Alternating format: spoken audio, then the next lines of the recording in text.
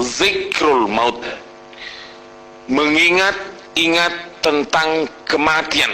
Dan saya sering mengajarkan kepada para sahabat, sering mengajak kepada para sahabat, dan ajarkanlah itu juga kepada keluarga kita di rumah.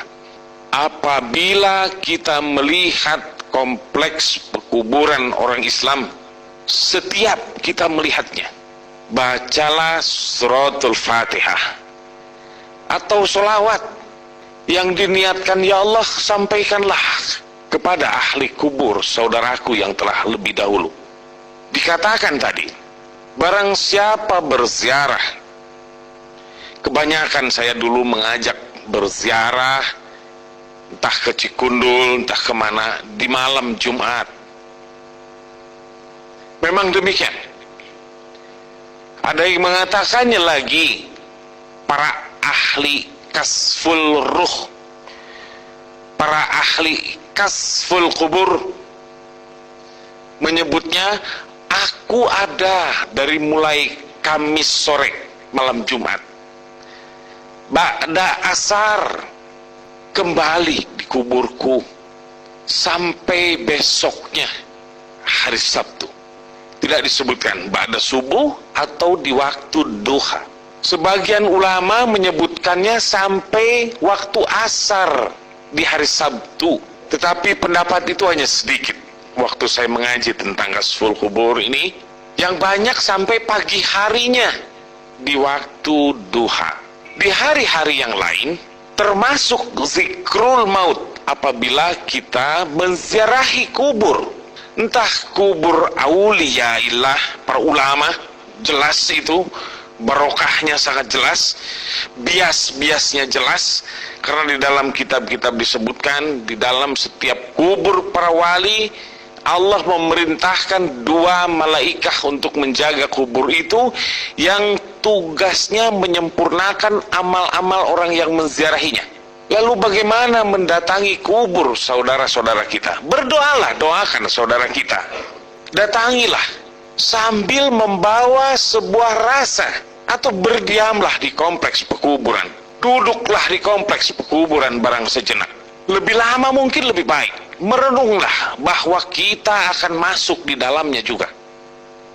Agar kita tidak menjadi orang yang angkuh, sombong kita, angkuh, merasa tinggi hati. Naudzubillah min dzalik. Tidak ada orang di dalam surga yang di atas buminya meninggikan hatinya, merasa lebih dari orang lain. Naudzubillah min dzalik. Berhati-hatilah para ahli zikir. Zikir-zikir kita ini untuk merendahkan diri kita bagai bumi. Karena di dalam keterangan-keterangan, di dalam hadis-hadis, Allah akan mengangkat derajat para ahli zikir itu setinggi-tingginya, karena dia selalu merendahkan diri di hadapan Allah. Kita sudah sering mendengar, dan saya sering berbicara tentang hadis Nabi yang menyebutkan paling tidak 20 kali sehari semalam untuk mengingat-ingat tentang kematian. Perteballah itu dengan banyak ziarah. Ada yang mengharamkan ziarah. Tanya, haramnya kenapa? Tanyakan kepada mereka. Kalau meminta kepada kubur, haram. Saya juga mengharamkan dan melarangnya. Kalau berdatang ke kubur untuk mendoakan kubur, berdoa di sana, mendoakan para ahli kubur, menziarahi, mendatangi, mendoakan, membaca suratul Fatihah, membaca apapun, sholawat, yang sampaikanlah kepada ahli kubur yang ada di sini, yang di kompleks pekuburan ini. Saya sangat menganjurkannya. Perhatikan di Makkah, makam Nabi dan sahabatnya yang 2, Sayyidina Abu Bakar dan Sayyidina Umar, tidak pernah berhenti sepanjang zaman orang menziarahinya. Apa yang diharamkan? Yang diharamkan adalah meminta kepada kubur. Maka kalau kita sudah mengerti tentang itu, banyaklah ziarah kubur untuk mengingat kematian.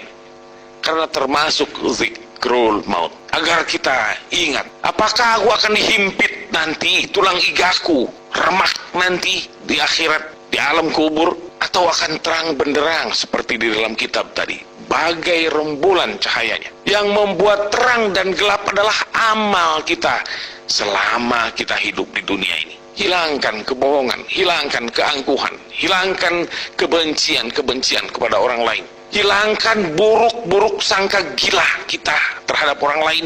Tutup sudah kejahatan kita buruk sangka kepada orang lain. Habiskan dari dalam hati. Tidak perlu itu kita pelihara.